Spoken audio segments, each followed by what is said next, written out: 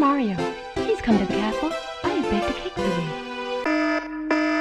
you. Say no more, woman. You know good and hell well I ain't passing this up. Ding dong, let me in.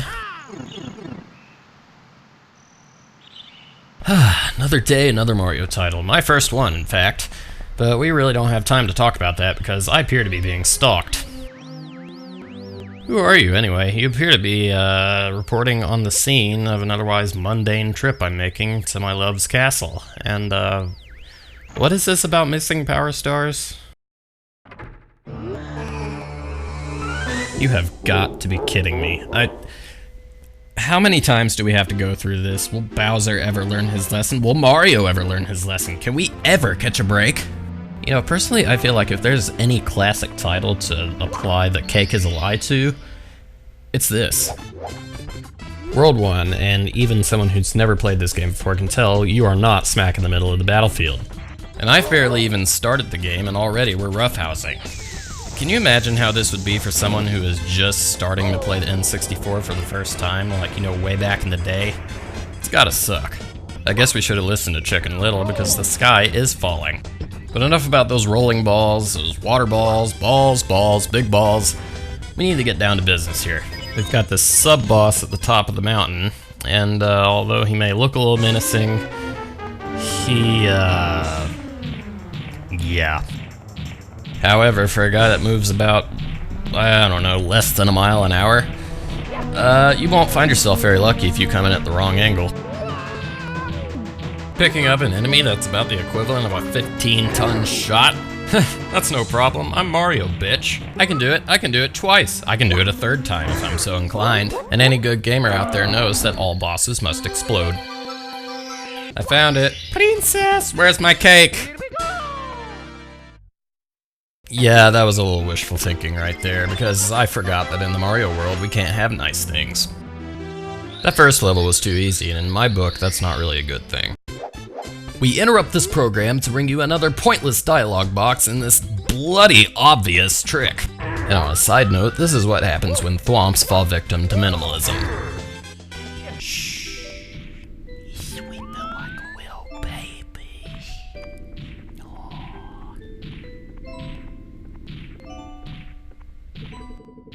Kill it! That felt good, as if I really needed it. Because as you can see, I hardly have a reason to complain because I haven't dealt with much, if any, of the bullshit that I see in my future. Case in point, failing to do simple things and having to reteach myself to climb a pole.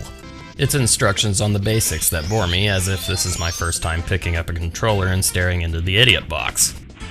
Speaking of basics and speaking of idiots, I still need to get to the top of the fortress so I can fight what is essentially an enlarged womp. And remember what I said about bullshit? Yeah, here he is, bitching and moaning about he is the one that builds our roads. No, we are the ones that build our own roads. We put you into this world, you're man-made, we'll take you out of this world. Ay, that nearly ended in disaster. At least I managed to succeed with another whack 'em 3 times victory.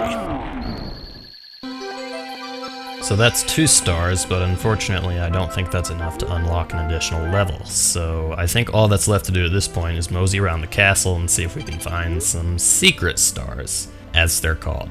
But this particular one upstairs, I hesitate to call a secret because everyone, and I mean everyone, knows about it. Oh, I'm standing through this window. This doesn't look weird at all. Even if you aren't a hardcore gamer, you ought to know that this place exists. I must say it is quite nice to have a break from the chaos of the main game. It's good for what ails ya. Even though I do wish this slide was just a little longer. 3 stars means another level unlocked, and next on the list of generic settings, water. Well, it looks like there's really nowhere to go besides in the drink, so I suppose we should do as I always say, dive right in. So this time I'm heading down to a sunken ship, but unfortunately this so-called eel is in the way. That was easy. Alright, let's head on in. So, what have we here? Looks like we have some treasure boxes. And since this is Super Mario 64, I'm assuming I have to open them in the correct order or suffer the consequences. Fabulous! You know, on the plus side, at least when you open the right chest, it gives you extra air so you don't drown while trying to drain this damn ship. I gotta say, this is one of the most unorthodox ways of getting a sunken ship out of the water. And I think several laws of physics have been broken as well, but... oh well, whatever floats your boat. Literally. But hold everything, sit your ass back down, because another world opened up the same time that one did. I'm talking about the infamous snow level, Cool Mountain. You know, the first of several levels in which gravity is a giant troll. Seriously, I cannot emphasize enough how prone I am to falling out of this level, especially off the slide in the cottage. That's right, we have another slide to deal with. And this isn't a bonus slide, it's a life or death slide. With a bunch of tight corners, sudden drops, and hardly anything in the way of walls, you're bound to at least have one mini heart attack on the way down. Luckily for you, I can edit this footage because it took me about 3 or 4 tries to get down this damn slide.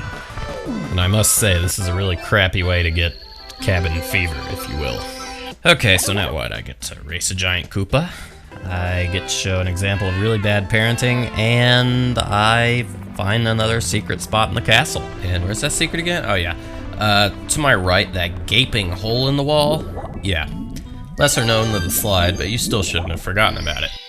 So 8 stars was the requirement to open up the first Bowser level, which doesn't really seem as official as 10, in my opinion. I think 10 stars would seem more firm, because ahead we've got 30, 50, and 70. And on a side note, that star door did not open very slowly. So I've just fallen through this trapdoor onto this Lego platform, and even though I know Bowser is around the corner, I'm experienced enough to know that the princess isn't. Nice try, game developers. Okay, so basically here we have a shocking ascent up through the dark world, and looks like here we have to cross a sponge. You dare stand in my path? Die. And what better way to end this course than end it with style? Now for the first of assumingly multiple showdowns with the one who doesn't know better. And you want to know something funny? Well, this poor schmuck is inviting me to defeat him, giving away the technique. Apparently he didn't see what I did with the big Bob-omb down at the summit of Bob-omb Battlefield. Aw, did you fall down, go boom? Aw, did you spin around, literally go boom? And now, at last, we can unlock the magic known as the basement. Actually, hold that thought, I have more things I have to take care of on the ground floor. Go ahead, guys, ask me why the hell did I not get the cannon working until now? Well, considering I've already beaten the first Bowser and everything up to this point has been a breeze, I don't think the rest of this game should be so bad. Alrighty, I think I just jinxed it right there. God, me and my big fat fucking mouth. Oh well, as they say, third time's a charm. It's really sad that I had to get right up to the damn island, though. So I guess we're making progress, but apparently that depends on what your definition of progress really is.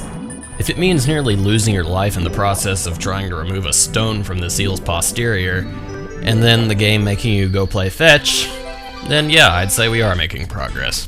And it looks like it is true, because apparently the fortress gods finally answered my question of where the hell's the rest of Whomp's fortress. I got my wish, but now they want to put me to work. I should have known, can't have your cake and eat it too, huh? Cake. Fucking cake! I need to go downstairs and lift up my spirits, and show off a little more gaming logic. Keys are not reusable, they just vanish. So, first things first, let's rewind back to the beginning.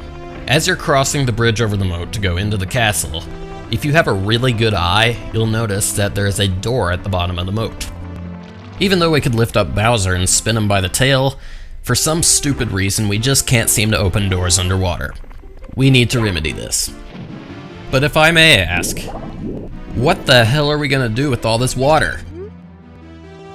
Ah yes, another thing that I hesitate to call a secret, not because it's so well known, but because it kinda needs to be done.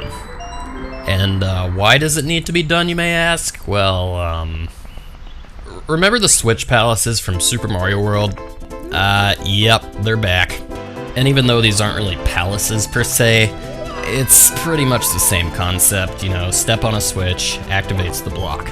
But instead of regular coin boxes, oh goody, we get special hats! So that's one switch down, and I've come back to the castle to see this big light shining down upon me. What is it, Judgment Day? Guess there's only one way to find out. Oh boy, it's another switch. This is the one I've been looking for. Birds do it, bees do it. Sky's the limit, as they say. Although, I must say, it is not very forgiving, especially when you're sent on a mission where you have to do it a certain way, and in addition, you have a time limit. Well, I guess if there's any way you want to make the most of simply pressing a switch, that's how you do it.